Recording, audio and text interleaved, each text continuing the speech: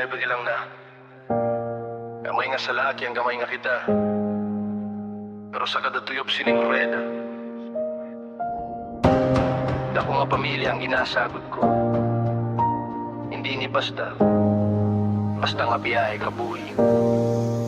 Sa pagsilak sang adlaw, baterya nakakarga na sa dalan sang Iloilo. Ako ang nag-aarangkada, hindi man dako ang makina, hindi man matunog. Pero sa pag-alagad ng driver wala nagatulog. Halin sa Jaro, derecho sa Molo, kag Mandurriao. Mainit man ang panahon, wala gid nagakapunaw. Sa kada pasahero nga nagasakay kag nagatindog. Serbisyo nga maatag, amo ang akon ginahatag.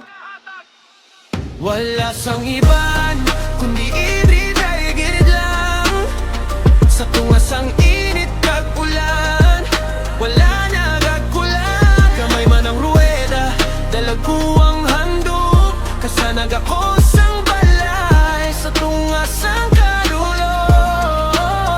Dignidad sa kamot, bugal sa tagi pusoon. Ang pangmaneho ko, amo ang akon basto. Basi abinyo hapos, kay wala sing gastos. Pero sa dalan kami man ang nagaantos. Likaw sa dakop, likaw sa no entry nga banas. Basta legal ang diskarte, hindi kami mag-atras. Halin sang ida nagdiak, Pinoy nangin mapisan. Sa sirkulo sang utang, luyak ko na malikawan. Hindi na kinahanglan ng saka nga pait. Basta ang ibay ko, sige lang ang sulit-sulit. Kayang kada 20 pesos nga sa akon na baton. Bugas kag sudan na ina sa amon lamay sa karon. Hindi niyo pagpakalubuon ang amon na obra. Kaya kung wala kami, sino ang sa inyo maubra?